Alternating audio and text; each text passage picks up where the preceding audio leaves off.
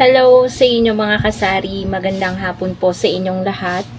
Problem solved na tayo mga kasari dun sa ating problema sa tumutulo sa ating bubong. Dahil kanina lamang guys, natapos na tayong magpalit ng bagong bubong. Kasi guys, kanina nagpabili ako dun sa stepfather ko ng 4 na bubong. Ang size yata niya 8 guys, kasi wala na daw 7 na size. So, inayos na tong ating bubong guys. I think wala nang tutulo dyan. Syempre, naglagay na rin ng Volcasil. Hirap kasi mga kasari kapag may tumutulo. Talagang apektado tayo.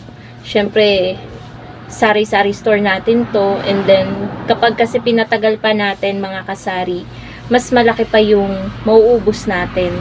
Kaya kapag may mga ganyang problema, yan, mga tulo sa bubong, talagang kailangan solusyonan agad natin para hindi pa lumaki yung gastos natin mga kasari. So, ngayong araw ng Monday, nagtataka ako bakit hindi dumating yung ahente po natin ng alak. 2 weeks na pong hindi dumadating. And alam ko ngayon din dadating yung delivery natin, yung mga Unilever products. So, pag hindi ngayon, bukas, Tuesday. So, ngayong Monday, wala tayo masyadong ginawa or walang masyadong naganap ngayong Monday dahil nga ngayon lang tumila mga tanghali, ngayon lang tumila ngayon lang naging maaliwalas ang panahon. So kahapon, maghapon umulan. Kaya ngayon lang talaga, hindi pa natin natetesting guys ang bubong kung tutulo ba or hindi. Syempre hindi na yan tutulo. Kaya tayo ay medyo happy na. Pansin ko ngayong araw na to guys, medyo matumal ngayon. Hindi din kasi ako naglabas ng siomay siopaw kasi nga kaninang umaga napakalakas pa rin ng ulan. Parang may bagyo pa din. Siguro palayo na nun yung bagyo. Tas ngayon hapon, malayo na talaga kaya maaliwalas na yung panahon.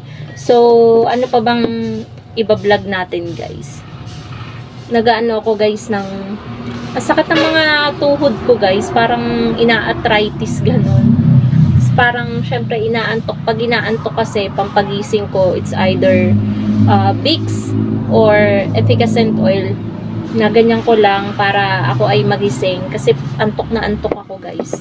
Imagine anong oras ako natutulog, magte-10, gumigising ako wala pang 5, so halos 6-7 hours lang yung tulog ko everyday. Mas lamang yung gising, diba? Kaya konti lang talaga yung pahinga natin mga kasari. So, problem solved na tayo. Wala na tayong problema dito sa tindahan. Pati dito sa bandang likod, kapraso na lang yung problem natin dito. Kasi, di ba guys, short tayo sa budget nga dito. Hindi pa maayos yung bubong natin. So, ipon-ipon ulit tayo. Kailangan ulit mag-ipon. Parang hindi matapos-tapos yung pag-iipon natin, di ba mga kasari? Ganun talaga ang buhay. Matatapos at matatapos din yung mga pinapagawa natin someday. Kaya work hard lang tayo. Huwag tayong panghihinaan ng loob. Kahit ganito guys, nakakaranas ako ng tumal. Hindi pa rin ako pinanghihinaan ng loob. Niisip ko pa rin na bukas mabenta na, ganun. Ganun lang naman ang buhay mga kasari. Dalawa. Ayan, meron lang guys bumili ng Marlboro Blue. Sigarilyo talaga ang pinaka the one or the one tuloy. Pinaka number 1 na mabenta dito guys sa tindahan ko. Tapos ngayon guys, ipapakita ko sa inyo yung bubong kung mahalata nyo na bagong palit. Ayan guys, punta tayo sa labas para medyo matour ko na din kayo sa itsura ng paligid dito at yung bagong bubong natin. Punta tayo guys dito sa labas. Ano to laging naka-close to para safe yung ating tindahan. Ayan ang bakas ng ulan. Yan. Medyo hindi na nga masyadong baha. Kanina bahang-baha. So eto guys yung bago nating bubong. Simula dito, ayan, hanggang dito yung bagong bubong natin. Kasi 4 na peraso lang yan. Ayan. Tapos ito pinatungan na lang.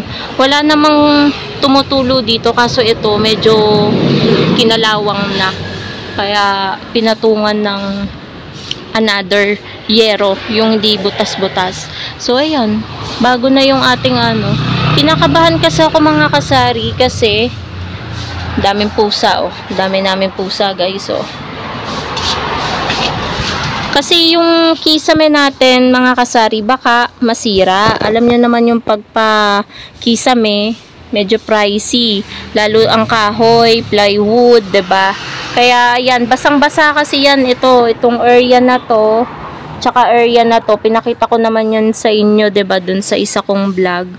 Kaya yan, iniingatan natin yung ating kisame kasi bago pa yan mabuo, talagang pinag-ipunan natin yan ng maigi. So, ayan yung ating sari-sari store. 'Di ba? Konting tour na din. Tapos, nagpunas ako guys ng glass shelves. Pati yan, pinunasan ko para malinis na din. Ako lang mag-isa guys, tinanggal ko na lang tong mga nasa ibabaw. So, ayan yung ating tindahan. Ayan yung signage natin, ah.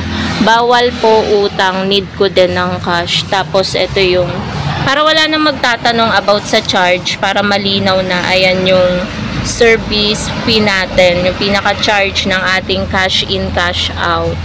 So, ito guys yung ating sari-sari store. Patour na rin, diba? Ayan. Konting tour. Siyempre, meron tayo ditong basurahan. Puno na nga. Tapos, ito yung kabilang side. Meron din siyang signage na bawal utang. Ayan nga guys, so, bakas ng tumutulong bubong. Talagang nabasa siya. Bala ko nga bumili ng bagong makapal na plastic cover kasi lumang-luma na to. Medyo malabo na talaga. So, ayan guys yung ating tindahan. Ayan. Tapos, ayan yung kalsada. Ayan, medyo malayo yung kalsada. Tsaka ang daming puno pa dito. Kaya kung hindi talaga lilingon yung mga tao, hindi makikita yung ating tindahan. Parang bahay lang. Kaya inaantay ko din guys yung libreng papintura sponsored by Camel. Kasi nakaka-attract talaga ng mata yun. Yellow and blue yung papintura ni Camel. So, ito yung ating gate. Ayan. Na may signage na warning. Beware of dog. So, pasok na tayo. Yun, pamangkin ko yun. Galing sa kapitbahay. Eto guys, kaya siya nakababa. Kasi nga, diba, ang lakas ng ulan. Yan. Yun yung papa ng pinakita ko sa inyo. Galing sa work. Kasi nga yung ano natin guys, bubong natin. Napalitan na yung bubong mo. Kaso hindi nalagyan ng bulkasil. Ubos na yung bulkasil. Iisa lang eh. So, eto guys yung kailangan pang pag-ipunan. Ayan, 'di ba mapapansin nyo ang pangit. Medyo mababa. Itataas kasi yan. Ipapantay na yan dito. So, yung pinaka ano, katulad na no, ipapantay na sa bubong ng mga kapatid ko. Yan, ganyang kataas dapat. Kaya no, mapapansin nyo. Kaya kailangan ulit nating mag-ipon. Inuna lang talaga namin guys itong gate para si Basha nakakatakbo-takbo na sa labas and at the same time safe yung sari-sari store natin. Kasi alam nyo naman yung panara natin ay 'di ba? Ayan, pakita ko sa inyo. Yung panara natin ay hindi safe. Kaya mas magiging safe kung may gate. So, ayan lang yung panara natin, guys. Yan, ganyan lang siya. Tapos, dito lang. Ang dali lang talagang sirain. Pero ngayon, kahit siguro hindi yan nakasara, safe yan kasi lagi nakapadlock yan kapag gabi. Walang ibang makakapasok. So, ayan guys, ang konting patour natin sa labas ng tindahan. Magcha-charge na din ako guys ng cellphone kasi lobat na ako, 10% na lang. And ito yung loob ng ating tindahan guys. Medyo madaming laman yung ating sari-sari store kasi kaka-deliver lang po ni Pure Gold. So, yun lang po mga kasari. Thank you so much for watching and happy Monday po. Happy selling po sa inyong lahat. Ha? Ano binigay mo kay tatay? Wala pa. Ayaw tanggapin yung binibigay ko eh. So, yun lang guys. Thank you so much for watching. Bye!